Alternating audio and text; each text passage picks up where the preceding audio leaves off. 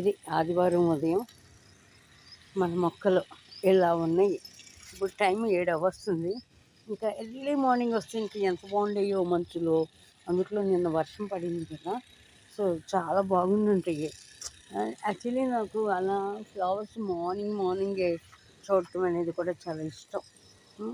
మంచుకి తడిసి కొంత విచ్చుకుని విచ్చుకోక ఒక్కొక్క పువ్వు గులాబీ పువ్వులా ఉంటుంది అసలు చాలా.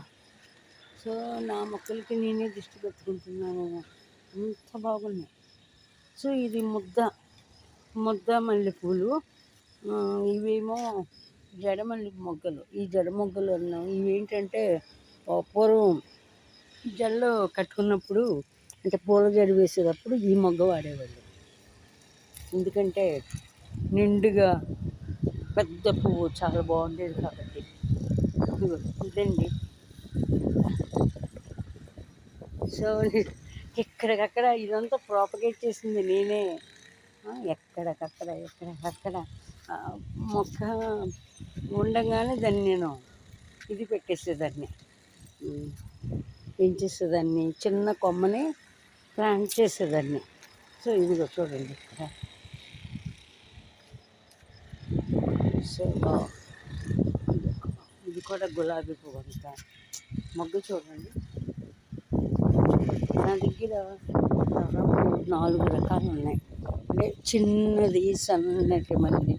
సో ఇవన్నీ ఇది స్టార్స్ లాగా. సో ఎర్లీ మార్నింగ్ వస్తే ఏదైనా మనం చాలా చక్కగా ఎంజాయ్ చేయొచ్చు. అంటే చక్కగా మంచు బిందువులు పడి ఉంటాయి, మొగ్గలు విచ్చుకుంటాయి, కొన్ని విచ్చుకోకుండా ఉంటాయి. చాలా బర్డ్స్ అన్నీ కూడా చక్కగా ఇది చేస్తుంటాయి. ఇది నిమ్మగడ్డి స్మెల్ మొత్తం నిమ్మకాయ వాసన వస్తుంది. సింకు పూలు. సో బర్డ్ వచ్చింది. బర్డ్ చూడండి ఎంత బాగుందో. ఇది చేసే తేనెపిట్టలు అనమాట. జస్ట్ వచ్చింది పూలవనంలో. ఇవన్నీ ఎంజాయ్ చేస్తుంది. Indirectly I'm giving happiness and food to them.